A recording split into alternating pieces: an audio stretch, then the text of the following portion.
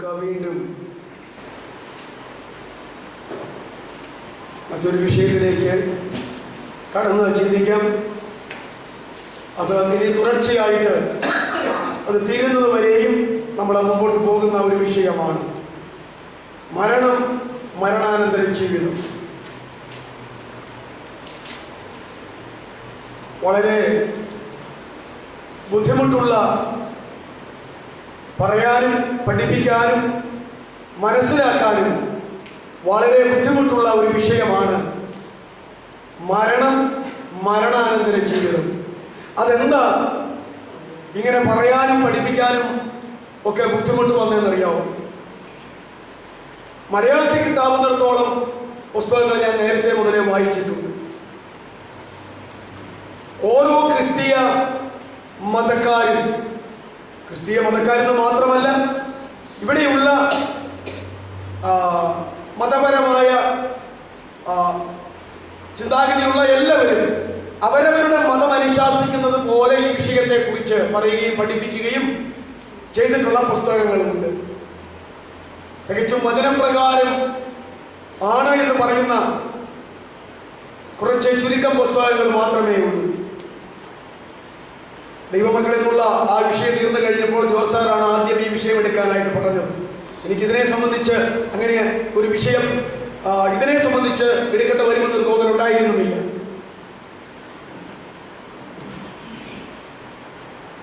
പിന്നീട് ഞാൻ ഇവിടെ താമസിക്കുന്നത് കൊണ്ട് എനിക്ക് നോക്കാനുള്ള പുസ്തകങ്ങളൊക്കെ എൻ്റെ വീട്ടിലാണ്. പിന്നെ ജോസ് മാസ്റ്റർക്ക് ഇവിടെയുള്ള പുസ്തകങ്ങൾ ആണ് ഞാൻ പെട്ടെന്ന് വന്ന് എടുത്ത് നോക്കുന്നത്. അച്ഛനോട് ആ പുസ്തകം പറഞ്ഞിട്ട് ഇവിടെ എല്ലാം നോക്കിയിട്ട് ഒരു പുസ്തകം കിട്ടി. അത് ഡോക്ടർ ബില്ലി ഗ്രഹാം എഴുതിയ മരണവും മരണാനന്തര ജീവിതവും എന്നുള്ളതിനെ സംബന്ധിച്ചാണ്. അത് ഞാൻ നേരത്തെ വായിച്ചിട്ടുള്ളതാണ്, മറന്നുപോയി, വർഷങ്ങൾക്ക് മുമ്പ്. പാസ്റ്റർ TS ബാലൻ എന്ന് പറയുന്ന ഒരാൾ എഴുതിയ മരിച്ചവർ എവിടെ എന്ന് പറയുന്ന ഒരു പുസ്തകം ഉണ്ട്. അത് ഞാൻ വായിച്ചിട്ടുണ്ട്. അതിവിടെ ഇല്ല. ഞാൻ ഇന്നലെ വീട്ടിൽ പോയത് പ്രധാനമായിട്ടും അവിടെ ചെന്ന് ആ പുസ്തകം തപ്പിയെടുക്കാനായിട്ട്. അപ്പോൾ അത് അവിടെ നിന്ന് കിട്ടി, അതും വായിച്ചു ഇതിനിടയ്ക്ക്. അത് ഞാൻ നേരത്തെ വായിച്ചിട്ടുള്ളതാണ്. ഒന്നാമത്, ഏത് പുസ്തകം വായിച്ചാലും ആഗ്രഹിക്കുന്ന ഒരു മനസ്സിനെ തൃപ്തിപ്പെടുത്താൻ കഴിയുന്നില്ല ഈ വിഷയം. അതെന്താണെന്ന് വെച്ചാൽ, ഞാൻ ആദ്യമേ പറഞ്ഞല്ലോ, ഞാൻ പറഞ്ഞു വരുന്നത് ഇത് പറയാനും പഠിപ്പിക്കാനും ഗ്രഹിക്കാനും ബുദ്ധിമുട്ടുള്ള ഒരു വിഷയമാണ്. എന്താ അതിൻ്റെ കാരണം? അതിൻ്റെ കാരണം ഇത് അനുഭവത്തിലൂടെ അറിയേണ്ട കാര്യമാണ്. അനുഭവത്തിലൂടെ അറിയേണ്ട ഒരു കാര്യമാണ്. അങ്ങനെ അറിയാനായിട്ട് തന്നെയാ ദൈവം അത് വച്ചിരിക്കുന്നത്. അതുകൊണ്ട് വളരെ കാര്യങ്ങൾ ആയത് സംബന്ധിച്ച് ബൈബിളിൽ രേഖപ്പെടുത്തിയിട്ടില്ല. ബൈബിളിൽ രേഖപ്പെടുത്തിയില്ല എന്തെല്ലാം വിഷയങ്ങൾ, ഇതിനെക്കുറിച്ചെല്ലാം എന്തെല്ലാം പുസ്തകങ്ങൾ, എത്രയെത്ര പുസ്തകങ്ങൾ. വെളിപ്പാട് പുസ്തക വ്യാഖ്യാനമാണെങ്കിൽ തന്നെ എന്തോരം എണ്ണമാണെന്ന് ഒരു കൈ കണക്കം ഇല്ല. ഞാൻ എനിക്കൊരു 12-13 വയസ്സ് മുതൽ ഞാൻ വായിച്ചു തുടങ്ങുന്നതാണ്. ഇതുവരെ 64 വയസ്സായിട്ടും ഇതുവരെ വായിക്കാത്ത ഒരു വെളിപ്പാട് പുസ്തകം 2 ആഴ്ച മുമ്പ് കിട്ടി. അതെന്താന്ന് വെച്ചാൽ, ഈ കർത്താവിന്റെ 2ാം വരവിനോടുള്ളതായിരിക്കുന്ന ബന്ധത്തിൽ കുറുപ്പമ്പടിയല്ല, കോട്ടപ്പടിയിൽ ക്ലാസ് തുടങ്ങിയപ്പോൾ വെളിപ്പാട് പുസ്തക വ്യാഖ്യാനം നോക്കേണ്ടതായിട്ട് വന്നു. ഇവിടെ അന്വേഷിച്ചിട്ട് ഉള്ള പുസ്തകമൊക്കെ എടുത്തു. അങ്ങനെ ഇരിക്കുമ്പോൾ ഒരു സഹോദരൻ ഇന്നയാൾ എഴുതിയ ഒരു വെളിപ്പാട് പുസ്തകം കൊണ്ട് വായിച്ചിട്ടുണ്ടെന്ന് ചോദിച്ചാൽ, അധികം വായിച്ചിട്ടില്ല, കൊണ്ടുവരാൻ പറഞ്ഞു. അതിപ്പോൾ എൻ്റെ കയ്യിലുണ്ട്, ഞാനത് ഇടയ്ക്ക് നോക്കിക്കൊണ്ടിരിക്കുന്നു. എന്താ ഇതിൻ്റെ വൈരുദ്ധ്യം എന്ന് ചോദിച്ചാൽ, വെളിപ്പാട് പുസ്തകത്തിൽ പറഞ്ഞിരിക്കുന്ന കാര്യങ്ങൾ അല്പം കാര്യങ്ങൾക്ക് മാത്രമേ അതിനകത്ത് അതിൻ്റെ അർത്ഥം ഇന്നതാണെന്ന് പറഞ്ഞിട്ടുള്ളൂ. ബാക്കിയെല്ലാം രൂപക ഭാഷകൾ എഴുതിയിരിക്കുന്നു. അതുകൊണ്ട് അതിന് വ്യാഖ്യാനം ആവശ്യമായിട്ട് വരുന്നു. ഓരോരുത്തരും വ്യാഖ്യാനം എഴുതുമ്പോൾ അവർ പഠിച്ചതും അവർക്ക് ദൈവം വെളിപ്പെടുത്തി കൊടുത്തതുമായിട്ടുള്ള കാര്യങ്ങളല്ലാതെ എഴുതാൻ പറ്റത്തില്ലല്ലോ. അതെല്ലാം വൈരുദ്ധ്യങ്ങളാണ്. എന്ന് പറഞ്ഞ പോലെ ഈ മരണത്തെ സംബന്ധിച്ചും മരണാനന്തര ജീവിതത്തെ സംബന്ധിച്ചും എഴുതുമ്പോഴും ഇതുപോലെയുള്ളതായിരിക്കുന്ന കാര്യങ്ങൾ വരുന്നുണ്ട്. സ്വപ്നം കണ്ടത്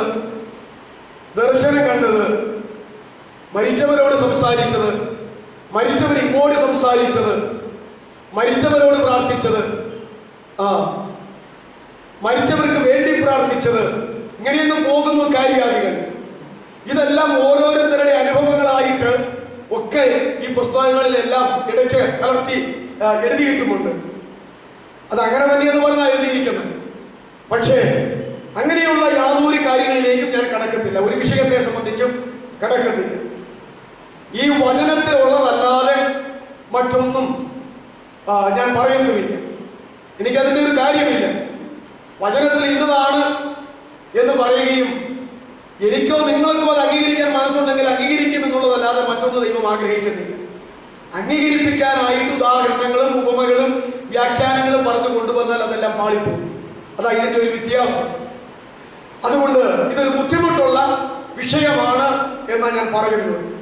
ക്രിസ്തീയ മതങ്ങൾ, സമുദായങ്ങൾ അവർ പഠിപ്പിക്കുന്നതും പ്രൊട്ടസ്റ്റന്റ് സഭകൾ പഠിപ്പിക്കുന്നതും കുറെ കൂടെ വേർപാട് സഭകൾ പഠിപ്പിക്കുന്നതും തമ്മിലെല്ലാം ഇതിനകത്ത് വൈരുദ്ധ്യങ്ങളുണ്ട്. അതുകൊണ്ട് ദൈവത്തിൽ നിന്ന് ഒരു വെളിപ്പാടും ഈ വിഷയം സംബന്ധിച്ചുള്ള വചനത്തിന്റെ അറിവും പ്രത്യേകിച്ച് ദൈവകൃപയും കൂടി ചേർന്നില്ലെങ്കിൽ ഇത് പറഞ്ഞു കൊണ്ടുപോകാൻ വളരെ ബുദ്ധിമുട്ടാണ്. ഇതെല്ലാം കൂടെ തികഞ്ഞ ഒരാളുമല്ല ഞാൻ.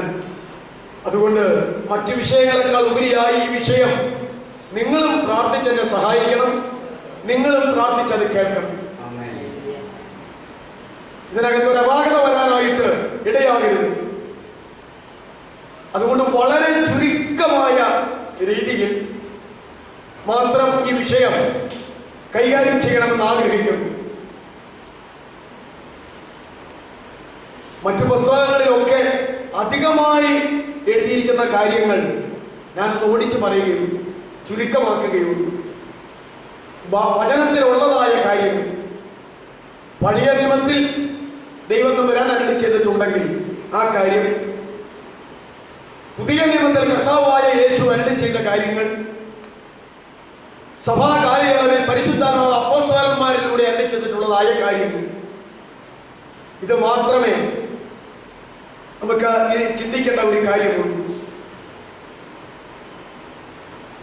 അതുകൊണ്ട് ഇത് വളരെ ബുദ്ധിമുട്ടുള്ള ഒരു വിഷയമാണ്. എങ്കിലും പിന്നെ നമ്മൾ മനസ്സിലാക്കേണ്ടത്, വെളിപ്പെടുത്തപ്പെട്ടിട്ടുള്ളതെല്ലാം നാം അത് അനുഭവമാക്കുവാൻ ദൈവം വെളിപ്പെടുത്തിയിരിക്കുന്നു. വെളിപ്പെടാതിരിക്കുന്നതെല്ലാം തൽക്കാലം നമ്മൾ അറിയേണ്ടതുമല്ല. വെളിപ്പെടാതിരിക്കുന്നതെല്ലാം ആർക്കുള്ളതാണ്? ദൈവത്തിനുള്ളത്. വെളിപ്പെട്ട് കിട്ടിയതെല്ലാം ആർക്കുള്ളതാണ്? നമുക്കുള്ളതാണ്.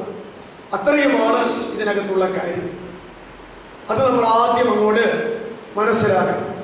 പിന്നെ നമ്മൾ ഈ മരണത്തെക്കുറിച്ചും മരണാനന്തര ജീവിതത്തെക്കുറിച്ചും പറയുമ്പോൾ നമ്മൾ നിരാശപ്പെടേണ്ട കാര്യമില്ല, പേടിക്കേണ്ട കാര്യമില്ല, ഭയപ്പെടേണ്ട കാര്യമില്ല, ആകുല ചിന്തകൾ വരേണ്ട കാര്യമില്ല. ഇത് പറഞ്ഞെന്ന് വിചാരിച്ചോ കേട്ടെന്ന് വിചാരിച്ചോ ആരും മരിക്കത്തുമില്ല കേട്ടോ. ഇത് അങ്ങനെയൊക്കെ ഓരോ എന്താ പറയുന്നത്, ഫെയ്ത്ത് തിയോളജി ഒന്നും മറ്റേ പറയും, ഒരു സ്പെഷ്യൽ തിയോളജിയാണ് ദൈവശാസ്ത്രം. പറഞ്ഞുകൊണ്ടിരുന്നാൽ അത് തന്നെ സംഭവിക്കും, ആഗ്രഹിച്ചുകൊണ്ടിരുന്നാൽ അത് തന്നെ സംഭവിക്കും. എന്നൊക്കെ നിങ്ങൾ കേട്ട് കാണും. അതുകൊണ്ട് ഫെയ്ത്ത് തിയോളജി ഒന്നും ഇതിനകത്ത് കൂട്ടേണ്ട കാര്യമില്ല, കൂട്ടേണ്ട കാര്യമില്ല. മരണം മരണം മരണം മരണം, മരിക്കും മരിക്കും മരിക്കും എന്ന് പറഞ്ഞാൽ മരിക്കൂല. ഞാനിപ്പോൾ 100 പ്രാവശ്യം പറഞ്ഞു നോക്കി, ഇതുവരെ സത്യം. അപ്പൊ അതങ്ങനെ ഒരു കാര്യമില്ല. അത് നമ്മൾ പ്രത്യേകിച്ച് ഓർക്കേണ്ടതാണ്. അത് ഈ ഫെയ്ത്ത് തിയോളജിയുടെ ഒരു സൈഡാണ്, ഒരു വശമാണ് അത്. അതുകൊണ്ട് നല്ല കാര്യങ്ങൾ, ലാഭകരമായ കാര്യങ്ങൾ, സന്തോഷമുള്ള കാര്യങ്ങൾ ഒക്കെ പറഞ്ഞുകൊണ്ടിരിക്കുക, അല്ലാത്ത കാര്യങ്ങൾ പറയാതിരിക്കുക എന്നൊക്കെയാണ് ഈ പറയുന്നത്. ഇതിനെ സംബന്ധിച്ച് അങ്ങനെ ഒരു കാര്യമില്ല. ആദ്യമായിട്ട് ഈ വിഷയത്തെക്കുറിച്ച് നമ്മൾ ചിന്തിക്കുമ്പോൾ കർത്താവ് അരുളി ചെയ്തിരിക്കുന്നതായ കാര്യങ്ങൾ, ഒരു മനുഷ്യന്റെ മരണത്തെക്കുറിച്ച് പറയുമ്പോൾ കർത്താവ് പറഞ്ഞിരിക്കുന്ന കാര്യങ്ങൾ ഏത് മനുഷ്യനായാലും ആ മനുഷ്യന്റെ ഈ ലോക ജീവിതത്തെ കുറിച്ച് ഒന്ന് സൂചിപ്പിക്കും. എന്നിട്ട് അതിന്റെ അവസാനം സംഭവിക്കുന്നതായ മരണത്തെക്കുറിച്ച് കർത്താവ് പറയും. മരിച്ചതങ്ങ് മരിച്ചുപോയില്ലേ, ഏത് മുഖാന്തരത്തിലായാലും അതിനുണ്ടോ ഒരുപിടി കാലം പലതുമുണ്ടോ? മരണം കഴിഞ്ഞിട്ട് മരണാനന്തര ജീവിതം, അതിനെക്കുറിച്ചാണ് പിന്നെ സവിസ്തരമായിട്ട് കർത്താവ് പറയുന്നത്. അതുകൊണ്ട് മനുഷ്യന്റെ ഈ ലോക ജീവിതം, മനുഷ്യന്റെ മരണം, മനുഷ്യന്റെ മരണാനന്തര ജീവിതം, ഇതാണ് നമ്മുടെ വിഷയം. ഇത് അടിസ്ഥാനപരമായിട്ടൊന്ന് പറഞ്ഞു തുടങ്ങുന്നതിന് ഓരോ പോയിന്റുകൾ ഞാൻ ഓർപ്പിക്കാം. പാസ്റ്റർ ടി എസ് ബാലന്റെ പുസ്തകത്തിലാണെന്ന് എനിക്ക് തോന്നുന്നു. അതുപോലെ ബില്ലി ഗ്രഹാമിന്റെ പുസ്തകത്തിലുമുണ്ട്. വളരെ അധ്യായങ്ങൾ കൊടുത്തിരിക്കുന്ന ഒരു വിഷയമാണ്. ഞാനത് ചുരുക്കിയേ പറയത്തുള്ളൂ. ദൈവം ത്രിയേകനാണ് എന്ന് ആദ്യം ഒന്ന് ഓർപ്പിക്കുന്നു. അതെന്തിനാ? അതെ, ഇതൊന്ന് പഠിച്ച് ഒന്ന് ഗ്രഹിച്ചു പോകേണ്ടതിലേക്ക് നമ്മളൊന്ന് ഓർക്കേണ്ട കാര്യമാണ്.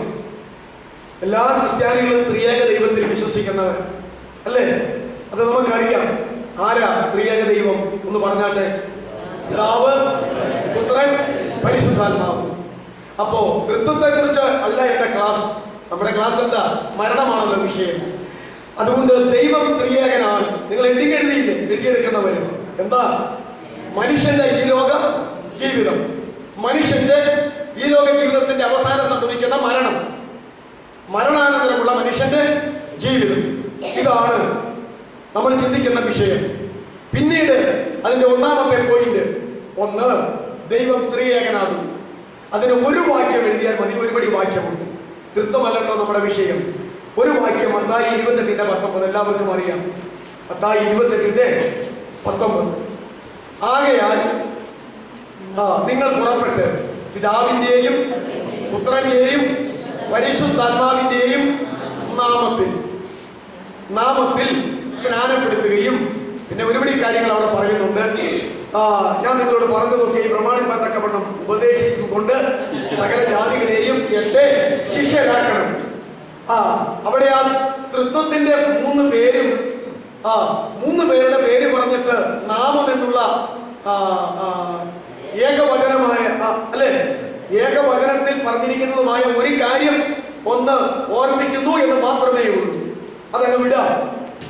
ഒന്ന്, ദൈവം ത്രിയേകനാണ് എന്ന് നമ്മൾ അറിഞ്ഞ് പഠിച്ച് അംഗീകരിച്ച് വിശ്വസിച്ചിരിക്കണം. അത് ബൈബിളിലെ ഒരു സത്യമാണ്.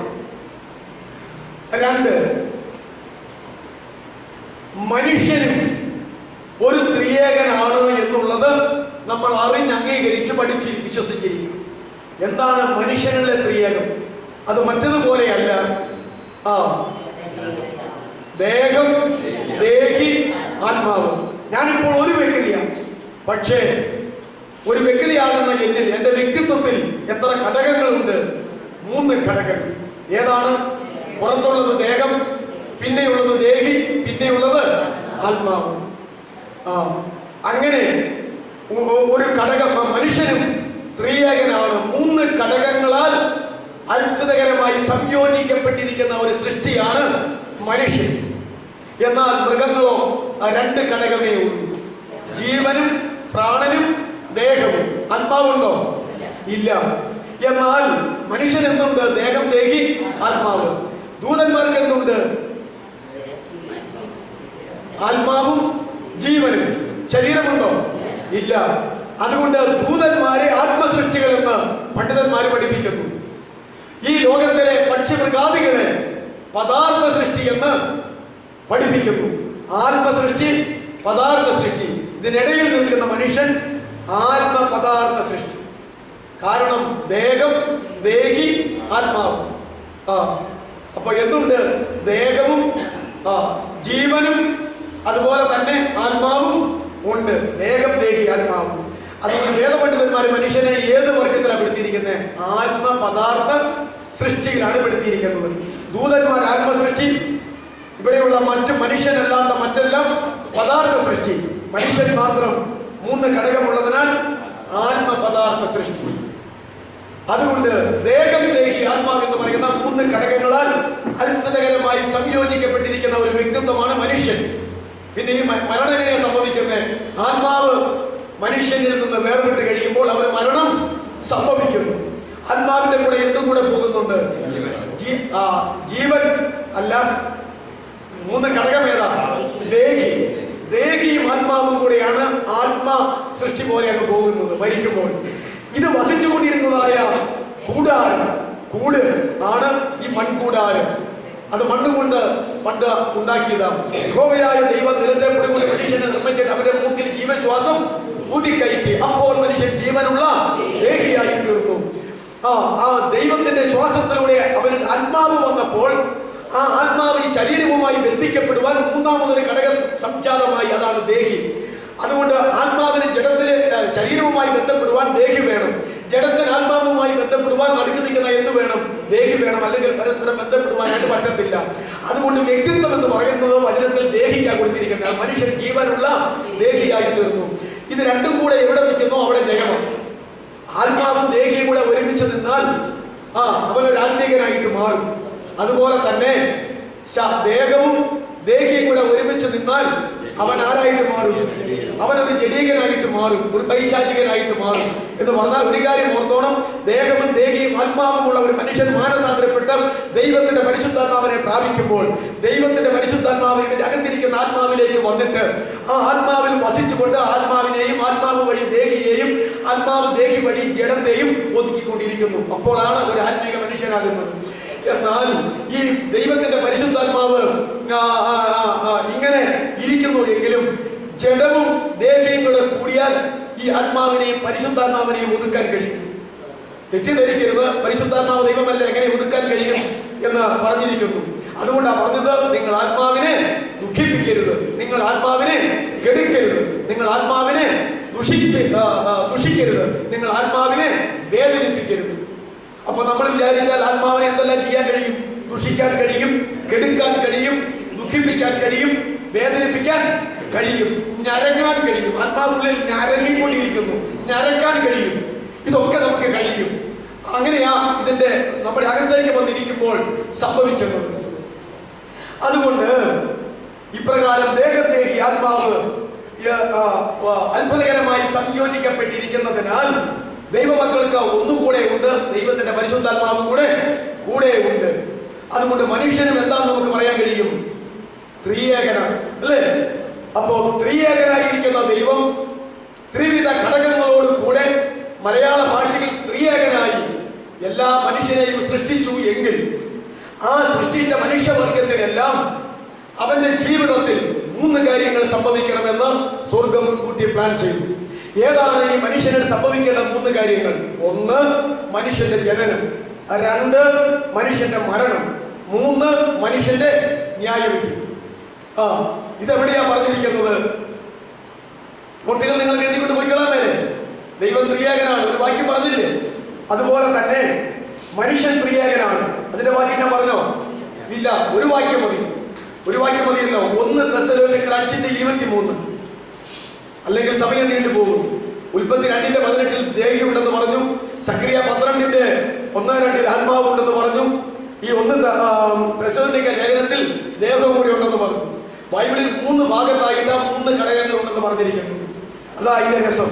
അപ്പൊ അപ്പോഴത്തേക്ക് സമയം അങ്ങ് പോകും. നമ്മുടെ വിഷയം മരണമാണല്ലോ. അതുകൊണ്ട് 1 തെസ്സലോനിക്കർ 5:23 നിങ്ങളുടെ ദേഹവും ദേഹിയും ആത്മാവും വന്നാളിൽ അനന്യമായി കാക്കപ്പെടുവാൻ ഇടയാകട്ടെ എന്ന് പറഞ്ഞ് അവസാനിപ്പിക്കുന്നത്. അപ്പോ അത് നമ്മൾ എഴുതി. ഇനി ത്രിയേകനായ ദൈവം ത്രിയേകനായ മനുഷ്യനെ സൃഷ്ടിച്ചപ്പോൾ ഓരോ മനുഷ്യന്റെയും ജീവിതത്തിൽ എത്ര കാര്യങ്ങൾ വേണമെന്ന് നിശ്ചയിച്ചു?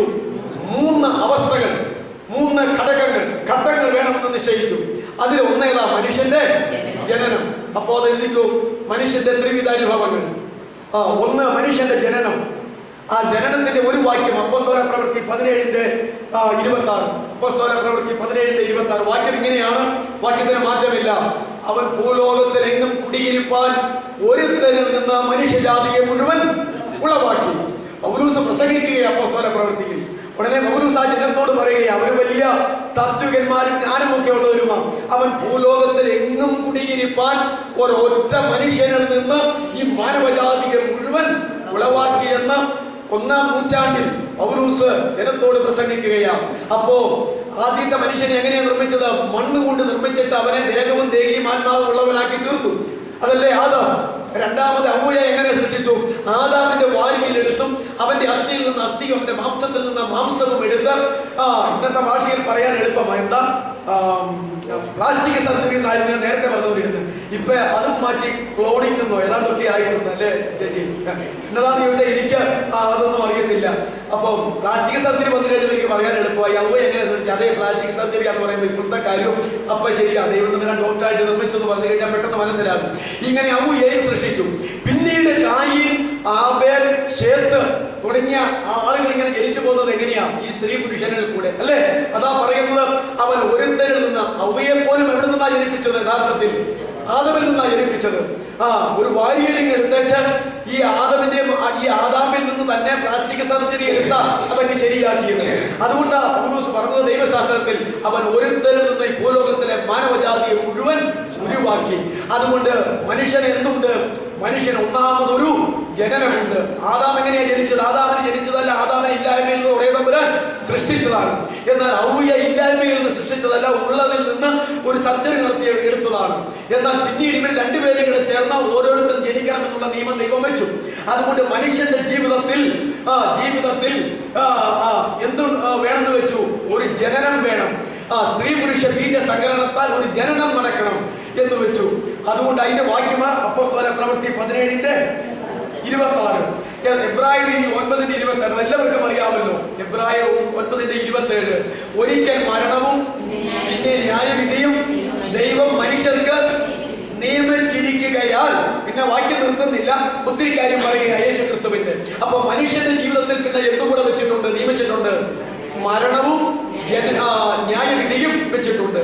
ഈ രണ്ട് വാക്യം കൂടെ കൂടിയാൽ എന്ത് കാര്യം കിട്ടി? ഒന്ന്, മനുഷ്യന് ജനനമുണ്ട്.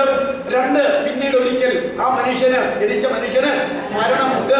പിന്നീട് ജനിക്കുകയും മരിക്കുകയും ചെയ്ത മനുഷ്യന് ഇനി കർത്താവിന്റെ വരവിൽ മരിക്കാതിരിക്കുന്നവനായാലും എന്ത് വെച്ചിട്ടുണ്ട്? ന്യായവിധി വെച്ചിട്ടുണ്ട്. അതുകൊണ്ട് ദൈവവിശ്വാസി ആയാലും നിരീശ്വരവാദി ആയാലും ക്രിസ്ത്യാനി ആയാലും അക്രൈസ്തവനായാലും നാമധേയ ക്രിസ്ത്യാനി ആയാലും ദൈവപൈതലായാലും ആരും തന്നെയും ആകട്ടെ, മനുഷ്യനാണോ എന്ത് കാര്യം വെച്ചിട്ടുണ്ട്? ഒന്ന്, ഒരിക്കൽ ജനനം, പിന്നെ മറ്റൊരിക്കൽ ജനനം, പിന്നെ മറ്റൊരിക്കൽ ജനനം, മരണം, പിന്നെ ന്യായവിധി. മൂന്ന് കാര്യങ്ങൾ വച്ചിട്ടുണ്ട്. ഈ വചനത്തിന് വല്ലതും മാറ്റമുണ്ടോ? ദൈവം ത്രിയേകനാണെന്നുള്ളത് പോലെ തന്നെ മനുഷ്യൻ ത്രിയേകനാണെന്നുള്ളത് പോലെ തന്നെ ഓരോ മനുഷ്യന്റെയും ജീവിതത്തിൽ ഞാൻ നിങ്ങളോട് ചോദിക്കട്ടെ, ജനിക്കാതിരിക്കുന്ന ഏതെങ്കിലും ഒരു മനുഷ്യന്റെ കാര്യം പറഞ്ഞ്, ജനിച്ചിട്ടുള്ള ഏതെങ്കിലും ഒരു മനുഷ്യൻ മരിക്കാതിരുന്നിട്ടുണ്ടോ? ഇല്ല, മരിച്ചിട്ടുണ്ട്. പക്ഷേ ന്യായവിധിയെ സംബന്ധിച്ചപ്പോൾ പറയാൻ അറിയാൻ മേല, ഇതുവരെ ആരുടെയും ന്യായവിധി ദൈവം നടത്തിയിട്ടില്ല. അവൻ ന്യായവിധിക്ക് വേണ്ടി ഒരു ദിവസം നിശ്ചയിച്ചിരിക്കുന്നു. അവൻ ന്യായവിധിക്ക് വേണ്ടി ഒരു കാലം നിശ്ചയിച്ചിരിക്കുന്നു. അവൻ ന്യായവിധിക്ക് വേണ്ടി ഒരു സമയം നിശ്ചയിച്ചിരിക്കുന്നു. ഒത്തിരി വചനങ്ങളുണ്ട്. നമ്മുടെ വിഷയം മരണം, ന്യായവിധി, സ്വർഗം അങ്ങനെയൊന്നും പോകുന്നില്ല. നമ്മുടെ വിഷയം ഏതാണ്? മരണവും മരണാനന്തര ജീവിതവുമാണ്. അതുകൊണ്ട് ഈ മൂന്ന് കാര്യങ്ങൾ ഒരു മനുഷ്യ ജീവിതത്തിലുണ്ട്. ഇനി ഞാൻ നിങ്ങളോട് ചോദിക്കട്ടെ, ജനനമുണ്ടെന്ന് നിരീശ്വരവാദികൾക്ക് അറിയാമല്ലോ. കാരണം അങ്ങനെയല്ല, എല്ലാവരും അങ്ങനെയല്ല ജനിക്കുന്നത്. മരണമുണ്ടെന്ന് നിരീശ്വരവാദികൾക്ക് അറിയാമല്ലോ, കാരണം മരിച്ചു പോകുന്നു. എന്നാൽ ന്യായവിധി ഉണ്ടെന്ന് ഈശ്വര വിശ്വാസികൾക്ക് നല്ല പിടിപാടില്ല. ഈശ്വരവാദികൾക്ക് ഒട്ടും കേട്ടല്ലോ, ശരിയല്ലേ? ഈ ക്രിസ്ത്യാനി എന്ന് പറയുന്ന ആളുകൾക്ക് പോലും ഒരു ന്യായവിധി ഉണ്ടെന്നുള്ള കാര്യത്തിൽ ശരിയായ ഒരു വിഷയത്തെക്കുറിച്ചും ശരിയായ ബോധമില്ല. ന്യായവിധി ഉണ്ടെന്നുള്ളതിനെ കുറിച്ച് ഞാൻ ചെറുപ്പത്തിൽ വിശ്വസിച്ചിരുന്നത് അവസാനം ദൈവം ഇങ്ങോട്ട് വരും, കർത്താവ് ഇങ്ങോട്ട് വരും. വിശ്വാസ പ്രമാണം അങ്ങനെയല്ല. വരുവാനിരിക്കുന്ന ലോകത്തിലെ പുതിയ ജീവനുമായി ഞങ്ങൾ നോക്കി പാർക്കുന്നു. എന്നല്ലേ പറയുന്നത്? കർത്താവിന്റെ വരവിന് വേണ്ടി കർത്താവ് ഇങ്ങോട്ട് വരും. വന്നു കഴിഞ്ഞിട്ട് എന്ത് ചെയ്യും? എല്ലാവരെയും കൂടെ അങ്ങോട്ട് കൂട്ടിക്കഴിഞ്ഞിട്ട് ആദ്യം കേട്ടത് ക്രിസ്ത്യാനികളെ തിരിക്കും, അല്ലാത്തവരെ തിരിക്കും. അല്ലാത്തവരെ എല്ലാം നരകത്തിലും ക്രിസ്ത്യാനികളെ എല്ലാം സ്വർഗത്തിലുമാണ്. പിന്നെ കുറച്ചുകൂടെ കാലം കഴിഞ്ഞപ്പോൾ തന്നെ അതിൽ തന്നെ ക്രിസ്ത്യാനികൾ തന്നെ വിഭജനങ്ങൾ വർദ്ധിച്ചു കഴിഞ്ഞപ്പോൾ ഭയങ്കര സ്പ്ലിറ്റ്. എൻ്റെ നാട്ടിൽ ഞാൻ പഠിച്ച ആകപ്പാടെ 1ാം ക്ലാസ് മുതൽ SLC വരെ 5ഉം 3ഉം 8ഉം 3ഉം 11 ക്ലാസ്സേ പഠിച്ചിട്ടുള്ളൂ. ഈ കാലഘട്ടത്തിലെല്ലാം യാക്കോബായക്കാരും കാത്തലിക്സും തമ്മിൽ ഒത്തിരി എന്താ പറയുന്നത്, ഈ മതപരമായ വെല്ലുവിളി നടക്കുന്ന കാലഘട്ടം പിള്ളേരിലെല്ലാം ഉണ്ടത്. ഉടനെ ഓരോരുത്തരും ചോദിക്കും, നീ ആരാടാ, ഹിന്ദുവാന്ന് പറഞ്ഞു, മുസ്ലിമാന്ന് പറഞ്ഞു, ക്രിസ്ത്യാനി എന്ന് പറഞ്ഞാൽ സമ്മതിക്കുന്നു, ക്രിസ്ത്യാനിയിൽ ഏതാന്ന് പറയും. അപ്പൊ പറയും യാക്കോബായക്കാരനാണ്. അങ്ങനെയാ ഞങ്ങളുടെ നാട്ടിൽ ഇത് രണ്ടും കൊണ്ടുവന്നു. യാക്കോബായക്കാരും കത്തോലിക്കരും എൻ്റെ ആ നാട്ടിൽ മർത്തോമ ഇങ്ങനെയുള്ള ആരും വേർപാടുകാരും ഒന്നുമില്ല. ഇത് രണ്ടും. അപ്പോ ഞാൻ യാക്കോബായിൽപ്പെട്ട ആളാണല്ലോ. യാക്കോബായി എന്ന് പറയുമ്പോൾ അപ്പം തന്നെ മറ്റവർ പറയും അപ്പൊ നീ ക്രിസ്ത്യാനിയാണ്. അപ്പൊ ഞാൻ ചോദിച്ചു നീ ക്രിസ്ത്യാനിയാണ്, ഞാനാ ക്രിസ്ത്യാനി. ഇങ്ങനെയൊക്കെ പറഞ്ഞോണ്ടിരിക്കും. ഞാൻ പറഞ്ഞു വന്നത് കർത്താവിനോട് വന്നു കഴിഞ്ഞാൽ പിന്നെ പറയുന്നത് ക്രിസ്ത്യാനിയെ മുഴുവൻ ചേർക്കില്ല. ക്രിസ്ത്യാനിയിൽ ഞാൻ നിൽക്കുന്ന എന്റെ പാർട്ടിയെ മാത്രം ചേർത്ത് ബാക്കിയുള്ളതിനെ മുഴുവൻ നരകത്തിലാക്കും. ഇങ്ങനെയാ അങ്ങോട്ട് പറഞ്ഞുകൊണ്ടിരുന്നു അല്ലേ? ഇങ്ങനെയാ ഈ ന്യായവിധിയെ കുറിച്ച് പറഞ്ഞത്. എന്നാൽ അങ്ങനെയൊന്നുമല്ല. 7 ന്യായവിധിയാ ബൈബിളിലുള്ളത്. അത് ന്യായവിധിയുടെ കാര്യം. രണ്ടെണ്ണം, ഒരെണ്ണം മനുഷ്യവർഗത്തിന്റെ പാപത്തെ മുഴുവൻ യേശു ക്രിസ്തുവിലാക്കി കാൽവരി ക്രൂശിൽ വെച്ച് പിതാവായ ദൈവം പാപത്തെ ന്യായം വിധിച്ചു കളഞ്ഞു. നാം പാപം അറിയാത്തവരെ നാം അവരുടെ ദൈവത്തിന്റെ നീതിയാകേണ്ടതിന് അവൻ നമുക്ക് വേണ്ടി പാപമാക്കി. 2 കൊരിന്ത്യർ 5:21. രണ്ടാമത് കർത്തൃമേശയോടുള്ളതായിരിക്കുന്ന ബന്ധത്തിൽ, നാമധേയ ക്രിസ്ത്യാനികളുടെ രീതിയിൽ പറഞ്ഞാൽ കുർബാനയോടുള്ളതായിരിക്കുന്ന ബന്ധത്തിൽ, വേർപാട് സഭക്കാരുടെ രീതിയിൽ പറഞ്ഞാൽ തിരുവത്താഴത്തോടുള്ള ബന്ധത്തിൽ ഒക്കെ വിഷയം മനസ്സിലായല്ലോ. അപ്പം നുറുക്കെന്നും കർത്താവിന്റെ മേശയെന്നും കർത്താവിന്റെ അത്താഴെന്നും 3 പേരെ ബൈബിളിലുള്ളൂ. ബാക്കി പിന്നെ ഓരോരുത്തരും മറ്റു പേര് കൊടുത്തതാ. അതിനോടുള്ള ബന്ധത്തിൽ തന്നെത്താൻ ശോധന ചെയ്യണമെന്ന് മാത്രമല്ല, അവനവനെ വിധിച്ചാൽ നല്ലത്. വിധിക്കുന്നില്ല എങ്കിൽ ആര് വിധിക്കും? ദൈവം വിധിക്കും. ദൈവം എന്തിനാ വിധിക്കുന്നത്? ബാലശിക്ഷ തരാൻ വേണ്ടി കേട്ട, ഈ ലോകത്തോടുകൂടെ നിങ്ങൾ നശിച്ചു പോകാതിരിക്കുവാൻ വേണ്ടിയിട്ടാണ് അത് ചെയ്യുന്നത് അല്ലേ? അതുകൊണ്ട് അവനവനെ വിധിക്കണം. കർത്തൃമേശയോടുള്ള ബന്ധത്തിൽ ഒരു വിശ്വാസി അവനവനെ വിധിക്കണം. അയോഗ്യതയുണ്ടോ എന്ന് ശോധന ചെയ്യാനായിട്ട്. ഇങ്ങനെ 2 ന്യായവിധി. ഇത് രണ്ടും ഒന്ന് മാറ്റി കളഞ്ഞാൽ യേശുവിന്റെ മേലുള്ള പാപത്തിന് മേലുള്ള ന്യായവിധി ഒരിക്കലായിട്ട് തീർന്നു. മറ്റേത് കർത്തൃമേശയോടുള്ള ബന്ധത്തിലാണ്. കർത്തൃമേശ മരിച്ചു പോവോ ഒക്കെ ചെയ്ത് കഴിഞ്ഞാൽ പിന്നെ കർത്തൃമേശ അനുഭവിക്കാൻ പോകുന്നുണ്ടോ? അപ്പൊ ആ വിധിയും പോയി. പിന്നെ 7-ൽ 5 ന്യായവിധിയേ ഉള്ളൂ. ഈ 5 ന്യായവിധി അവശേഷിച്ചിരിക്കുന്ന കാലഘട്ടത്തിൽ ഇനി ആദ്യത്തെ ന്യായവിധി ദൈവമക്കളെ എടുത്തുകൊള്ളപ്പെട്ടതിന് ശേഷം ദൈവമക്കൾക്കുള്ള ഒരു ന്യായവിധിയാണ് ഒന്നാമത്തത്. രണ്ടാമത്തെ ന്യായവിധി എന്ന് പറയുന്നത് ഇസ്രായേൽക്കാർക്കുള്ള ഒരു ന്യായവിധിയാണ്. മൂന്നാമത്തെ ന്യായവിധി എന്ന് വചനത്തിൽ പറയുന്നത് ജാതികളുടെ മേൽ വരുന്ന ഒരു ന്യായവിധിയാണ്. അടുത്ത ഒരു ന്യായവിധി വീണുപോയ ദൂതന്മാർക്ക് വേണ്ടിയിട്ടുള്ള ഒരു ന്യായവിധിയാണ്. അപ്പൊ എത്രയായി? ദൈവമക്കളുടെ ന്യായവിധി, ഇസ്രായേലിന്റെ ന്യായവിധി, അതുപോലെ തന്നെ ജാതികളുടെ ന്യായവിധി, പിന്നെ ദൂതന്മാരുടെ ന്യായവിധി. 4. അപ്പൊ ഒരു ന്യായവിധി കണ്ടില്ലല്ലോ. പാപികളുടെ സകല പാപികളുടെയും ഉള്ള ദുഷ്ടന്മാരുടെ മേലുള്ള അവസാനത്തെ ന്യായവിധി. സകല പാപികൾക്കും വേണ്ടി കായീൻ മുതൽ അവസാനത്തെ ആൾ വരെയുള്ള ദൈവബന്ധമില്ലാത്ത, മാനസാന്തരമില്ലാത്ത, സ്വർഗരാജ്യത്തിലേക്ക് കയറില്ലാത്ത സകല പാപികൾക്കും വേണ്ടിയുള്ള വെള്ള സിംഹാസനത്തിലെ ന്യായവിധി. ഇപ്പൊ 5 ആയില്ലേ? ഈ 5 ന്യായവിധി ഇനി അവശേഷിക്കുന്നു. ഈ 5 ന്യായവിധി 5 കാലഘട്ടങ്ങളിലായിട്ട് ദൈവം നടത്താൻ പോവുകയാണ്. ഇതായിന്റെ പരമാർത്ഥം. അതുകൊണ്ട് ആദ്യത്തെ ന്യായവിധി വരാൻ പോകുന്ന ആർക്കുള്ള ന്യായവിധിയാണ്? രക്ഷിക്കപ്പെട്ടവർക്കുള്ള ന്യായവിധിയാണ്. രക്ഷിക്കപ്പെട്ടവരുടെ പേരാണെന്ന് ക്രിസ്ത്യാനി എന്ന് പറഞ്ഞത്. ഇന്ന് ക്രിസ്ത്യാനി എന്ന് പറഞ്ഞാൽ ദൈവവിശ്വാസം പോലും ഇല്ലാത്ത ആളുകളാണ്. എൻ്റെ ഒരു ഗുരുവും ഇപ്പോൾ മരിച്ചു പോയിരിക്കുന്നയാളും നിരീശ്വരവാദിയും യുക്തിവാദിയും മിശ്ര വിവാഹ സംഘത്തിന്റെ ലീഡറുമൊക്കെ ആയിരിക്കുന്ന എടമറുകി ജോസഫ് ലിസ്റ്റിൽ എവിടെയാണ് കിടക്കുന്നത്? യാക്കോബായ ക്രിസ്ത്യാനിയുടെ ലിസ്റ്റിലാണ്. ആൾക്ക് ദൈവവിശ്വാസമുണ്ട്? ഇല്ല. യുക്തിവാദിയാണ്, ഈശ്വരവിശ്വാസമില്ല. അപ്പോ ഞാൻ പറയുന്നത് പുള്ളിയുടെ പേരെന്താ? അല്ല, പേര് ഇട്ടിരിക്കുന്ന പേര് തന്നെ ജോസഫ് എന്നാണ്. ജോസഫ് ഇടമറുകി എന്ന് വെച്ചാൽ കരയുടെ പേരാ, ദേശത്തിന്റെ പേരാ. ഇടമറുകി ജോസഫ്, അതാ മൂലിക നാമം. ജോസഫ് എന്നാണ്. തോലാനികുന്നേൽ ജോസഫ് എന്നാണ് അദ്ദേഹത്തിന്റെ പേര്. ഇവിടെയൊക്കെയുള്ള തോലാനികുന്നേക്കാരില്ലേ? എല്ലാം ഒറ്റ ഫാമിലിയാണ്. മണ്ണത്തൂരി, പോത്താനിക്കാട് എല്ലാം ഉള്ള ഒറ്റ ഫാമിലിയാണ്. അപ്പൊ ഞാൻ പറഞ്ഞത് ഈ ഇടമറുകി ജോസഫ് ലിസ്റ്റിലെ ലോകത്തിൽ എവിടെയാണ് കിടക്കുന്നത്? ക്രിസ്ത്യാനിയുടെ. അവസാനം വന്നപ്പോ പിന്നെ ഈ മുടക്കി കഴിയുമ്പോൾ പിന്നെ ലിസ്റ്റിലില്ല. അപ്പോ ഞാൻ പറഞ്ഞത് ദൈവവിശ്വാസം ഇല്ലാത്ത ആളുകളെ എങ്ങനെയെന്ന് അറിയപ്പെടുന്നുണ്ട്. യുക്തിവാദിയുടെ മറ്റൊരു നേതാവാണല്ലോ ഒരു മർത്തോമക്കാരനായിരുന്ന കോവൂര്, ഇല്ലേ? കോവൂര് ഒരു അച്ഛന്റെ മകനാണ് എന്റെ അറിവ്. അദ്ദേഹത്തിന്റെ പിതാവ് ഒരു മർത്തോമ അച്ഛനായിരുന്നു. അപ്പൻ അച്ഛനാണെങ്കിലും മകനാരായി മാറി യുക്തിവാദി. ഇവർ തമ്മിൽ വലിയ ബന്ധമുണ്ടായിരുന്നു. ഈ ഇടവകയുടെ ഒരു ഗുരുവായിരുന്നു യുക്തിവാദി. ഇപ്പൊ ഞാൻ പറഞ്ഞത് ഇങ്ങനെ ക്രിസ്ത്യാനികൾ എന്ന് പറഞ്ഞാൽ അതല്ല. രക്ഷിക്കപ്പെട്ട് മാനസാന്തരപ്പെട്ട് പുതിയ നിയമ വ്യവസ്ഥ അനുസരിച്ച് ജീവിക്കുന്ന ദൈവമക്കളുടെ ന്യായവിധിയാണ് ആദ്യം വരുന്ന ന്യായവിധി. അതേ തുടർന്ന് പാപികളുടെ ന്യായവിധിയും വീണുപോയ ദൂതന്മാരുടെ ന്യായവിധിയും വരെയുമുള്ള 5 ന്യായവിധികൾ ഇങ്ങനെ കിടക്കുന്നു. അതുകൊണ്ട് ഒരിക്കൽ മരണവും പിന്നെ ന്യായവിധിയും ദൈവം മനുഷ്യർക്ക് നിയമിച്ചിരിക്കുന്നു. ഞാനത് അവസാനിപ്പിക്കട്ടെ. ഒരു മനുഷ്യന് ഒരിക്കൽ ഒരു ജനനം ഉണ്ടാകും, പിന്നീട് മറ്റൊരിക്കൽ അവനൊരു മരണമുണ്ടാകും, പിന്നീട് മറ്റൊരിക്കൽ അവന് ഒരു ന്യായവിധി ഉണ്ടാകും. ഞാൻ പറഞ്ഞു വരാൻ പോയത്, ഈ ലോകത്തിൽ ജനിക്കുന്ന ഏതോ ഒരു മനുഷ്യനോട് ചോദിച്ചു നോക്ക്, അത് അവൻ അറിഞ്ഞ് അവൻ അംഗീകരിച്ച് അവന്റെ പ്ലാനും പദ്ധതിയും അനുസരിച്ച് അല്ല അവൻ ജനിക്കുന്നത്.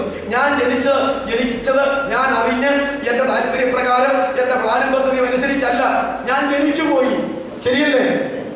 ഞാൻ മരിക്കുന്നതോ എന്റെ അറിവനുസരിച്ച്, എന്റെ താല്പര്യം അനുസരിച്ച്, എന്റെ പ്ലാനും പദ്ധതിയും അനുസരിച്ചാണ് ഞാൻ മരിക്കുന്നത് അല്ല. അത് സംഭവിക്കുന്നു. ജനനവും മരണവും ഞാനും നീയും അറിയുന്നില്ലെങ്കിൽ ന്യായവിധിയും എന്റെയും നിന്റെയും അറിവോടെയല്ല, സമ്മതത്തോടെയല്ല, അത് വച്ചവനങ്ങ് നടത്തും. നിന്നെ ജനിപ്പിച്ചവൻ, നിന്റെ അറിവ് കൂടാതെ ജനിപ്പിച്ചവൻ, നിന്റെ അറിവ് കൂടാതെ മരിപ്പിക്കുന്നവൻ, അവൻ തന്നെയാ നിന്റെ സമ്മതമില്ലാതെ ന്യായം വിധിക്കും. അതുകൊണ്ട് സകലമായ പേരും ദൈവത്തിന്റെ ന്യായവിധിയിലേക്ക് വരേണ്ടത് വളരെ ആവശ്യമാണ്. ജീവിച്ചാലും മരിച്ചാലും ന്യായവിധിയുണ്ട്. അതുകൊണ്ട് ജനനത്തെ കുറിച്ചും ഒരു വാക്യം നമ്മൾ എഴുതിയില്ലേ? അപ്പോസ്തല പ്രവൃത്തി 17:26. മരണത്തിന്റെ വാക്യം എബ്രായർ 9:27. ന്യായവിധിയുടെ വാക്യവും അത് തന്നെ, എബ്രായർ 9:27. അത്രയും നിങ്ങൾ എഴുതിയല്ലോ. ഇങ്ങനെ ജനനം, മരണം, ന്യായവിധി എന്നിവ മനുഷ്യനുണ്ട്. ഞാൻ ചോദിക്കട്ടെ, പിന്നീട് മരണാനന്തരം ഈ ന്യായവിധി കഴിഞ്ഞ് എങ്ങോട്ടാ പോകുന്നത്? രക്ഷിക്കപ്പെട്ടവര്, അർത്ഥാൽ ദൈവമക്കൾ. ഇനി അതിന് തന്നെ ഒത്തിരി പേരാണല്ലോ, സത്യക്രിസ്ത്യാനികൾ എന്നൊക്കെ പറയാം. ഇവരെങ്ങോട്ട് പോകും? മരിച്ചാൽ പർദീസായിലേക്ക് പോകും. എങ്ങോട്ട് പോകും? പർദീസായിലേക്ക് പോകും. അത് വചനത്താൽ തെളിയിക്കാം, ഞാൻ ആമുഖം പറയുകയാണ്. പർദീസായിലേക്ക് പോയി കഴിഞ്ഞാൽ ന്യായവിധിക്ക് ശേഷം പർദീസായിൽ നിന്ന് അവർക്ക് എങ്ങോട്ടാ സ്ഥലം? ന്യായവിധി വന്നു കഴിഞ്ഞാൽ അതിൽ നിന്ന് ഇവരെ എങ്ങോട്ട് വിടും? നരകത്തിലേക്ക് വിടും, നിത്യ നരകത്തിലേക്ക് വിടും. അപ്പൊ നമ്മള് ഒരു കാര്യം മനസ്സിലാക്കണം, മനുഷ്യ ജീവിതത്തിൽ എന്തൊക്കെ സംഭവിക്കും? ഒന്നാമത്തേത് ഇനി നിങ്ങൾ ഇങ്ങോട്ട് പറഞ്ഞാട്ടെ, ജനനം. രണ്ടാമത്തത് മരണം. മൂന്നാമത്തത് ന്യായവിധി.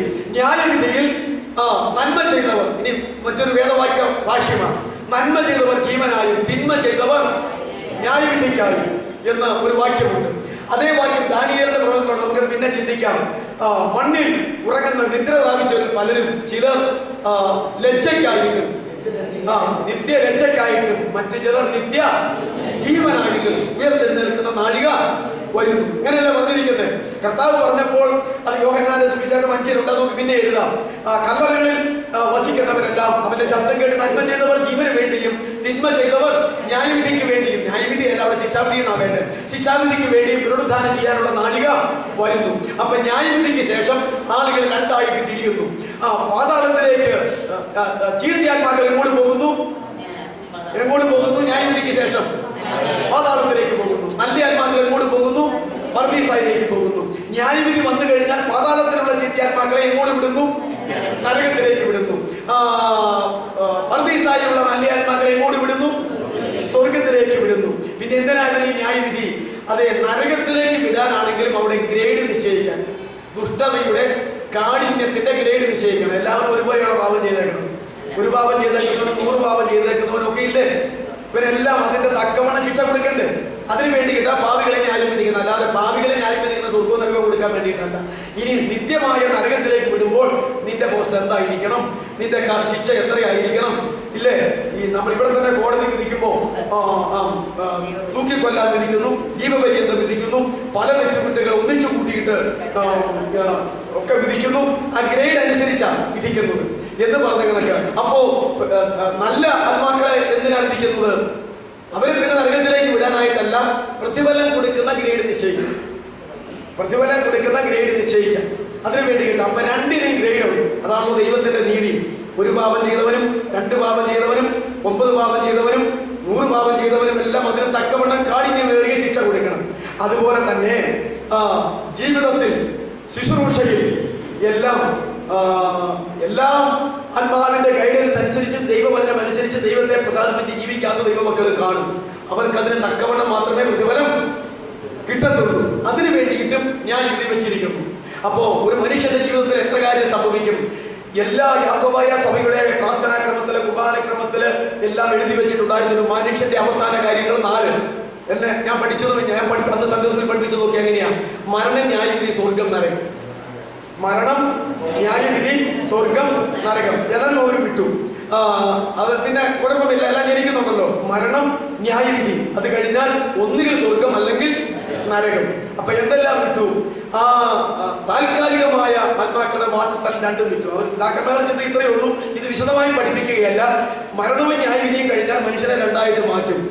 കുറെ ആളുകൾ നരകത്തിലേക്കും ബാക്കി ഉള്ളവരെങ്ങോട്ട് പോകും? സ്വർഗത്തിലേക്കും പോകും.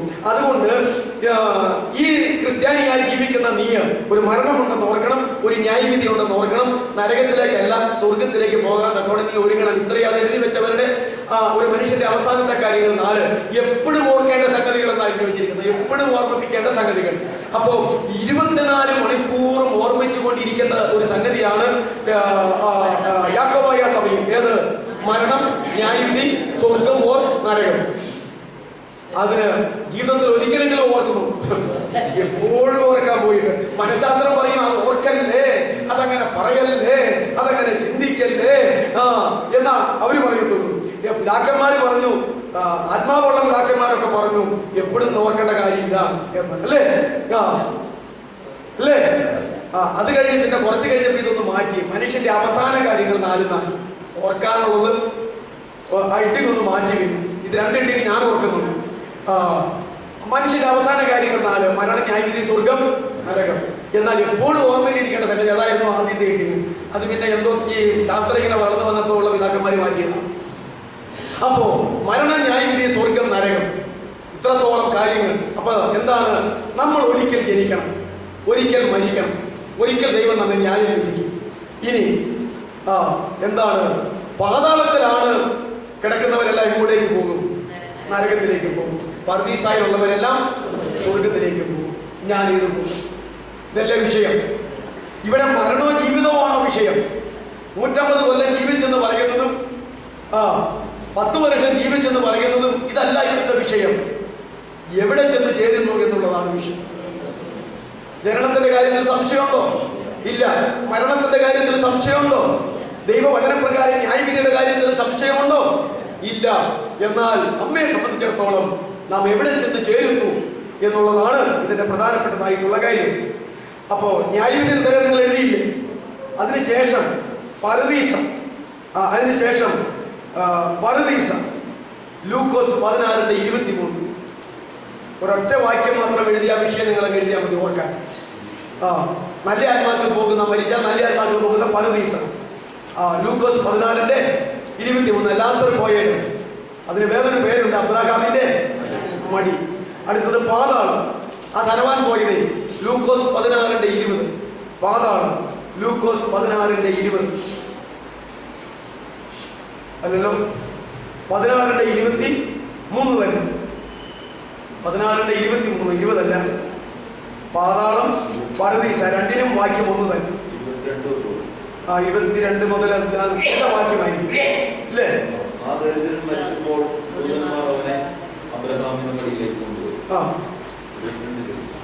അതിന് മുകളിൽ ലാസർ, അല്ല അതിന് മുകളിൽ ധനവാൻ. ആ വാക്യം എത്രയാ? മരിച്ചു അടക്കപ്പെട്ടു. ആ വാക്യം ഏതാ? 23, 22, 23 എഴുതിക്കോ.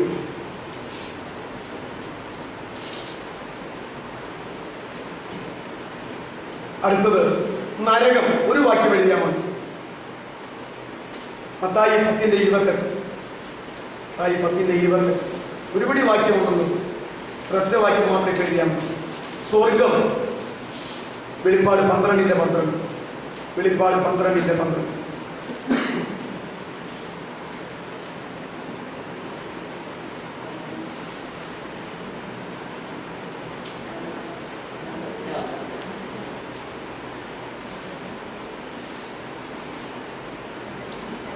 എഴുതിയില്ലേ? ഇത്ര എഴുതിയില്ലേ? ഇനി നമ്മൾ തുടർന്ന് മനസ്സിലാക്കേണ്ട ഒരു കാര്യം, ആദാമിന്റെ കാലം മുതൽ ഇങ്ങനെയാണല്ലോ മനുഷ്യവർഗത്തിന്റെ ആരംഭം. കർത്താവായ യേശുക്രിസ്തു ക്രൂശിക്കപ്പെട്ട് മരിച്ചുയർത്തെഴുന്നേൽക്കുന്നത് വരെയുള്ള കാലഘട്ടത്തിൽ മരിച്ചു പോകുന്ന വിശുദ്ധന്മാര് വസിച്ചുകൊണ്ടിരുന്ന സ്ഥലത്തിന്റെ പേരാണ് അബ്രഹാമിന്റെ മടി, അല്ലെങ്കിൽ പാതാള പരദീസം.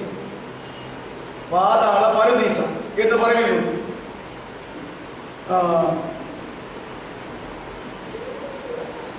ഇനി ആ ധനവാന്റെ ലാസറിനെ നമുക്ക് പിന്നീട് ചിന്തിക്കാം. ധനവാൻ എവിടെ കിടക്കുന്നു? പാതാളത്തിൽ കിടക്കുന്നു. അങ്ങനെയല്ലേ പറഞ്ഞേക്കുന്നത്? യാതനാസ്ഥലം കിടക്കുന്നു.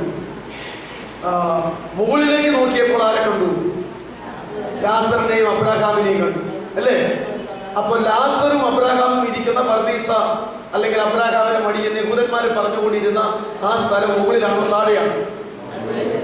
ഈ ധനവാൻ കിടക്കുന്നതിന്റെ മുകളിലാണ്. അപ്പോ അതുകൊണ്ട് നമുക്ക് പിന്നീട് അത് ചിന്തിക്കാം. മേലത്തെ പാതാളം, താഴത്തെ പാതാളം എന്ന അതിന് പേരുണ്ടായിരുന്നു. പാതാളമാണ് സ്ഥലം, പക്ഷേ താഴത്തെ പാതാളത്തിൽ ദുഷ്ടന്മാരായ ആത്മാക്കൾ യാതനകൾ അനുഭവിച്ചുകൊണ്ട് കിടക്കുന്നു.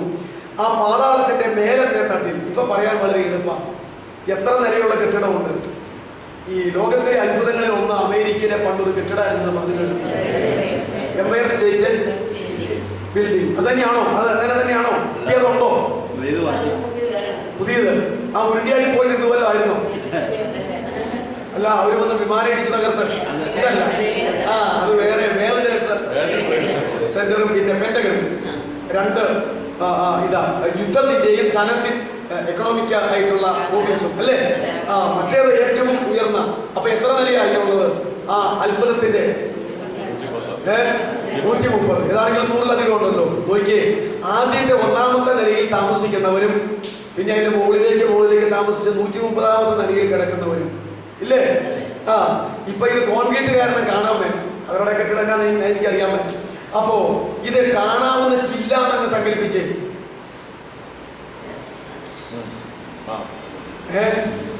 ചില്ലാണെന്ന് അങ്ങ് സങ്കല്പിച്ചു നോക്കിക്കേ. അപ്പൊ ഈ അടിത്തട്ടി കിടക്കുന്നവൻ മുകളിലേക്ക് നോക്കുമ്പോൾ അങ്ങ് വരെ കാണാൻ വരെ ഇല്ലേ? കാണുമല്ലാതെ വേറെ വല്ല ക്രിയ നടക്കോ? ഇല്ല. അപ്പൊ ഞാൻ പറഞ്ഞത് ഈ പാതാളം അങ്ങനെയായിരുന്നു. ധനവാൻ കിടക്കുന്ന പാതാളത്തിന്റെ ആ ഭാഗത്ത് കിടന്നുകൊണ്ട് അവൻ നോക്കിയപ്പോൾ എവിടെ? അബ്രഹാമിനെയും അവന്റെ മടിയിലിരിക്കുന്ന ലാസറിനെയും കണ്ടു. അതുകൊണ്ടാണ് അബ്രഹാമ മടി എന്നതിന് പേര് വന്നത്.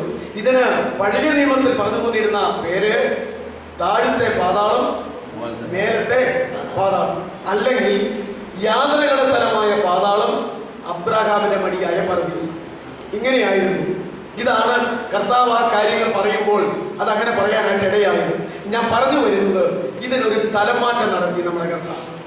എന്താണെന്നറിയാമോ?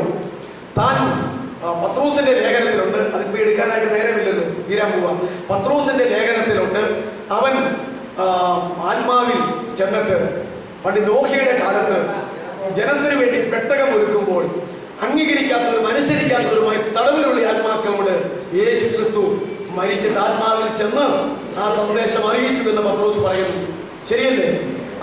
അതുപോലെ തന്നെ ക്രൂശിൽ കിടന്ന കള്ളനോട് പറഞ്ഞു, കർത്താവേ, നീ രാജ്യത്വം പ്രാപിച്ച് മടങ്ങി വരുമ്പോൾ എന്നെയും കൂടി ഓർക്കണമേ. അതാണല്ലോ അവന്റെ അവസാനത്തെ നിലവിളിയും പശ്ചാത്താപവും മനസാന്തരവും എല്ലാം. അപ്പൊ തന്നെ കർത്താവ് പറഞ്ഞു, നീ ഇന്ന് എന്നോട് കൂടെ പർദീസായിൽ ഇരിക്കും എന്ന് പറഞ്ഞു. എന്നിട്ട് കർത്താവ് മരിച്ചടക്കപ്പെട്ട് ഉയർത്തെഴുന്നേറ്റ് കള്ളന്റെ ആത്മാവോട് കൂടെ എങ്ങോട്ട് ചെന്നു? അവൻ എന്നോട് കൂടെ തന്നെ പർദീസായിലേക്ക് പോരും എന്നല്ലേ പറഞ്ഞത്?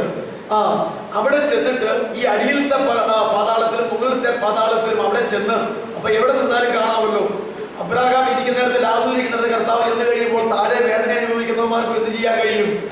കാണാം. ഇത് അങ്ങോട്ടും കൂടി സംസാരിക്കാൻ മേലെ. ആ സെറ്റപ്പ് അങ്ങനെയല്ലേ? അവിടെ ചെന്ന് യേശു ആ സുവിശേഷം പറഞ്ഞു, മനുഷ്യവർഗത്തിന്റെ പാപത്തിന് വേണ്ടി ഞാൻ മനുഷ്യാവതാരം ചെയ്തു. ഞാൻ കാൽവറിയിൽ രക്തം ചിന്തി മരിച്ചു. ആ പ്രായശ്ചിത്തം എന്നേക്കുമായി നിർത്തി. അതെ, ദൈവത്തിലുള്ള പ്രത്യാശയിൽ ആദാം മുതൽ മരിച്ചു കിടക്കുന്ന വിശുദ്ധന്മാരായ നിങ്ങൾക്ക് വേണ്ടിയും ഈ രക്ഷ എന്നിലൂടെ പൂർത്തീകരിക്കപ്പെട്ടിരിക്കുകയാണ്. അതുകൊണ്ട് പ്രിയമുള്ളവരെ, ഇതാ ക്രൂശിൽ വെച്ച് തന്നെ രക്ഷിക്കപ്പെട്ട ഇവനെ കാണുന്നുവല്ലോ. അതെ, ഇവനെ കൂടെ ഞാൻ ഇങ്ങോട്ട് കൂട്ടിക്കൊണ്ട് വന്നിരിക്കുകയാണ്. ഇനി നിങ്ങൾക്ക് ഇവിടെ കിടക്കേണ്ട കാര്യമില്ല. ഞാനിവിടെ വന്നത് ഈ സുവിശേഷം ഇവിടെയുള്ളവരെല്ലാം ഒന്ന് പറയാനും നിങ്ങളെ ഇവിടെ നിന്ന് കൊണ്ടുപോയി മറ്റൊരു മനോഹരമായ സ്ഥലത്താക്കാനുമാകുന്നു എന്ന് പറഞ്ഞു. ഈ സുവിശേഷം പറഞ്ഞിട്ട് കള്ളന്റെ ആത്മാവോടുകൂടെ ഇവിടെ കിടന്ന മേലത്തെ പാതാളത്തിൽ പർദീസായി കിടന്ന വിശുദ്ധന്മാരുടെ ആത്മാക്കളെ എല്ലാത്തിനെയും അവിടെ നിന്ന് കൂട്ടിയടിച്ച് എങ്ങോട്ട് കൊണ്ടുപോയി? മൂന്നാം സ്വർഗത്തിലേക്ക് കൊണ്ടുപോയി. മൂന്നാം സ്വർഗത്തിലേക്ക് കൊണ്ടുപോയി.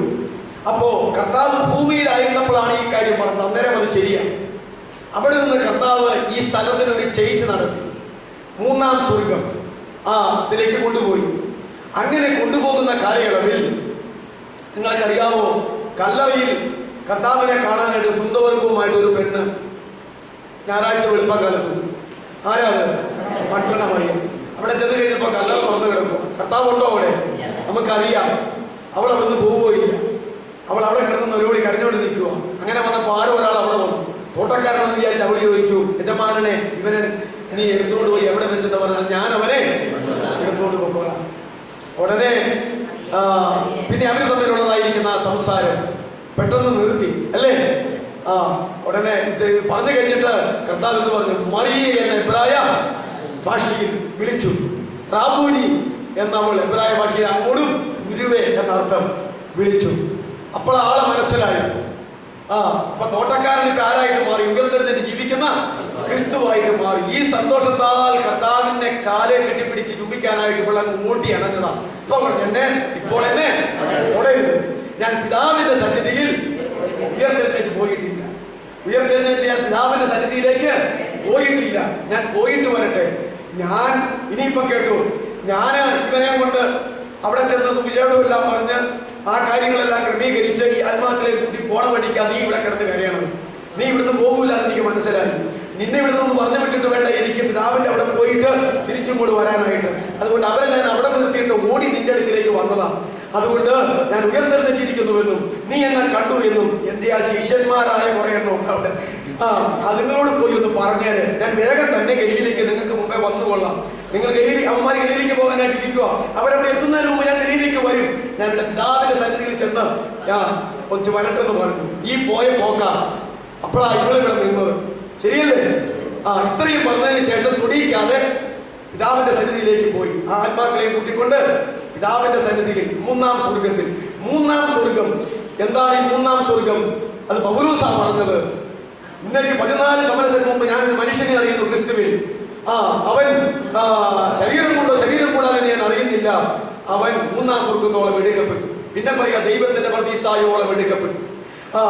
അവിടെ മനുഷ്യരെ കാണാവുന്നതും ഉച്ചരിക്കാൻ മേലാത്തതും ഒക്കെ ആയിട്ടുള്ള കാര്യങ്ങൾ ഞാൻ കണ്ടു കേട്ടു എന്നൊക്കെ പറയുന്നുണ്ട്.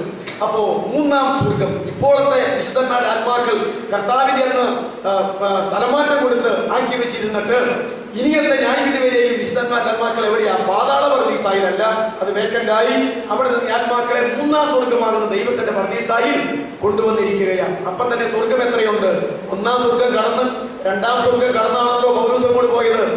മൂന്നാം സ്വർഗം. മൂന്നാം സ്വർഗം സമം ദൈവത്തിന്റെ പർദീസ. അവിടെയാണ് ഇപ്പോൾ വിശുദ്ധന്മാരുടെ ആത്മാക്കൾ വസിക്കുന്നത്.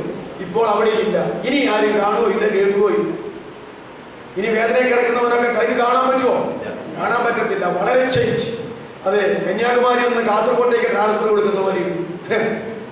ഈ ജോലിക്കാരി ട്രാൻസ്ഫർ കൊടുക്കുന്ന പോലെ ഇരുന്നു. ഇനി തമ്മിൽ കാണാനായിട്ട് പറ്റത്തില്ല. അവരുടെ ഓഫീസിൽ അടുത്തടുത്തിരുന്നതാ.